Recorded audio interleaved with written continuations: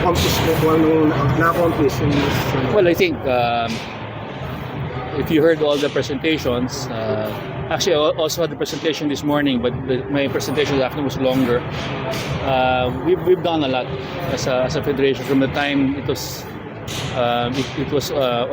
founded in 2006. No, after that whole 2 year suspension ba yun? So we were suspended back in 2004, 2005, and I think we've really come a long way from that time. We had the constitutional amendments approved in toto, I think, by the board.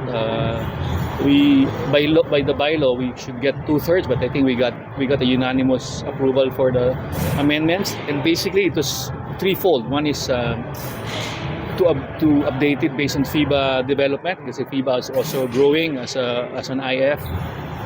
There was no 3x3 in our initial bylaws. There was no e-FIBA also before, so we had to sort of adjust that to make it relevant for the times and make it a better federation for sure. Second is really corporate code.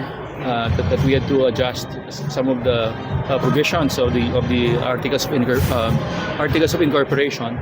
And third is really time to review what was structured, what was envisaged in 2006 with the changes. No, so we brought down the number of board members from 25 to 17 because it's just so hard to get a quorum for 25. We reviewed all the terms of the trustees. If we held this Congress last year, we wouldn't have had a quorum. We would only have 8 active members as of last year. So what we did March of last year, and that was indicated earlier, mali lang yung slide ni Sunny, it said 2025, no? But March of 2024, the board approved that we defer to National Congress, give the non-active or the became non-active because of the pandemic, hindi sila nakalaro and all of that, and make them qualify to become active members again. Happy to report, I think earlier, we have 93 members now of SBP. Obviously, a big chunk of that, 50 plus, are associate members, but 35 now are voting members.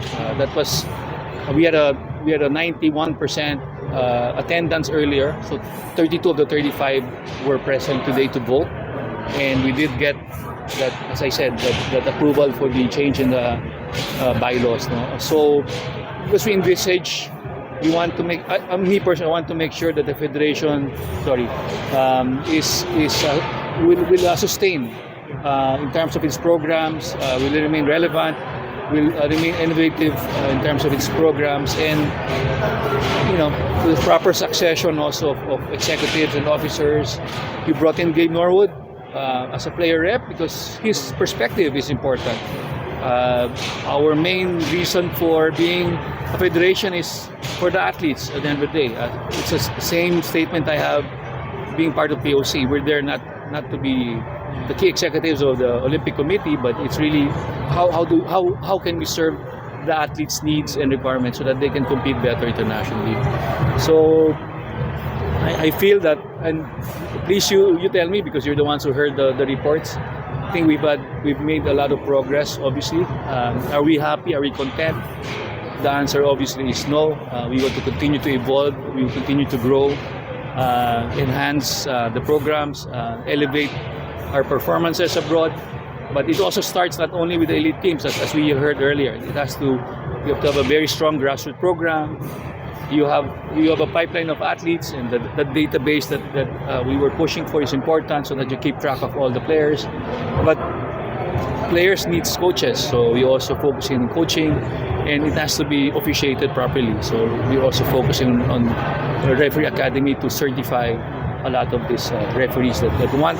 In fact, a lot of the new members that are still associated today are referee entities applying to be members of the SBP. So there is obviously a path to that. During the last World Cup, I met up with, before they were dispersed to Italy, to Indonesia and Japan and the Philippines, of course, there were 44 referees, all fit, all young and all of that.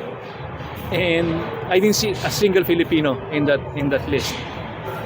My challenge to the group is in the next World Cup, and you're seeing we have 7 potential qualified men and 2 qualified women to become FIBA international referees and run and officiate the World Cup in Doha. So that's my dream. So hopefully that can happen. So yeah, I mean, we are not relaxing on the development and the success. We want to do better. We know we're serving the basketball Filipino fans in media because if we don't perform, we hear it. No, basically we hear it. So we want to make sure that we always perform well.